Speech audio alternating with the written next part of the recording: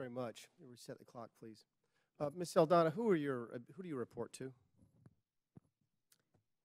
The Secretary of the Department of Homeland Security, Jay Johnson. And then he reports to the President?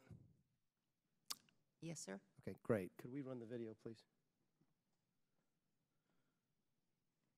So you have a chance to follow along on the video screens for the next 2 minutes or so.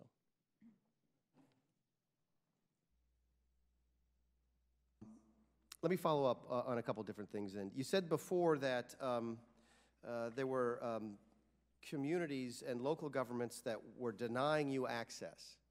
Tell me about that. This is one of the challenges that I mentioned in my opening statement, sir, and I enlist the help of anybody that I can get help from on this issue. Because our biggest priority is criminals, convicted felons in particular, we need to work with state and local jurisdictions who are apprehending undocumented workers for offenses against state and local law. They have them in their custody. We can now communicate with the state and local jurisdiction and get some notice in advance through our detainer requests to let us know that they're about to release them because they've served their state custody sentence, and that we can take possession of them because of their violation of the law. And now we have a convicted criminal here. But they're denying you the ability to do that. Some jurisdictions are. Why? I can't speak for them. I will tell you it is, some of them have policies and laws that are telling. Do you believe that you have and I'm sorry to cut you off, do you believe that you have the legal right to force them to comply with your requests?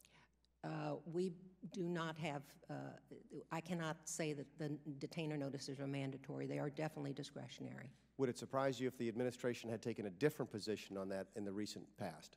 Well, we've argued that, and there's pending litigation everywhere on this topic, and I think you may be familiar with the Oregon case.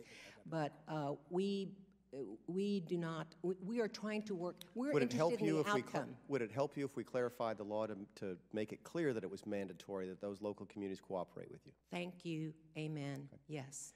Thank you. That was Thursday, March 19th. Before the papers got printed the next morning, you had retracted that statement. And you went on to say that any effort at federal legislation now to mandate state and local law enforcement's compliance with ICE detainers will, in our view, be highly counterproductive.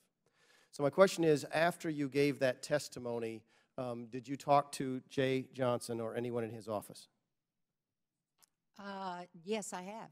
Okay. I'm talking about, let me be more clear. Between the time that you gave that testimony and the time you retracted that statement later that afternoon, did you talk to anybody at Jay Johnson's office? Yes. What did they tell you? What did they tell me? They asked me what I meant by that, and that's what my statement was. It was not a retraction, sir. Oh, no, it was absolutely a retraction. It was a clarification of the fact that I'm used to the law enforcement. I can play it back again, Ms. Saldana, if you want to, but everybody here knows it was a retraction. That's fine. There's nothing wrong with retracting statements. People do it all the time. But I asked you if you'd like some help in getting the localities to cooperate with you. You said, thank you, amen, yes. And we all said, well, great, we think we can do that. And then that night, you said, any effort to do that would be counterproductive. And I'm asking you, did Jay Johnson ask you to change your statement? He did not. Did anybody else ask you to change your statement? No. Okay. Did Jay Johnson ask you to clarify your statement?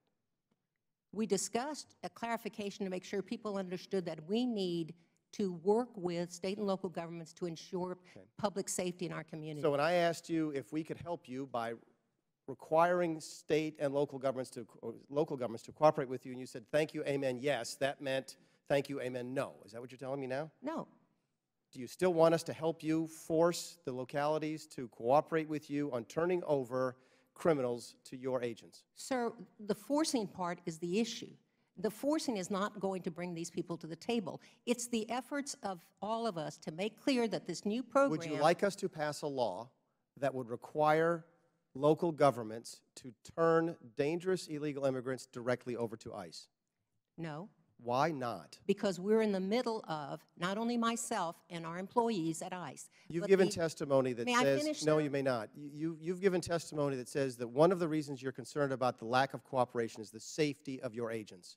If we were to pass a law that would require towns and cities to turn dangerous criminal illegals directly over to your agents, would that make your agents safer? We're working right now with those state and local jurisdictions in Great, order to great get answer to to that a same question place. that I did not ask. If Congress were to pass a law to do that, would your people be safer? If you passed a law requiring them, Yes. I don't know that can happen, sir, because we're in the middle of I discussions didn't ask you with that. state and local. If we did it, would it make your people? We all know the answer, and the answer is yes. So I won't get a chance to ask you the last question, but the question is this, is that apparently either you or Jay Johnson wants to put the politics ahead of the safety of your people, and I find that absolutely unacceptable. Thank you, Mr. Chairman.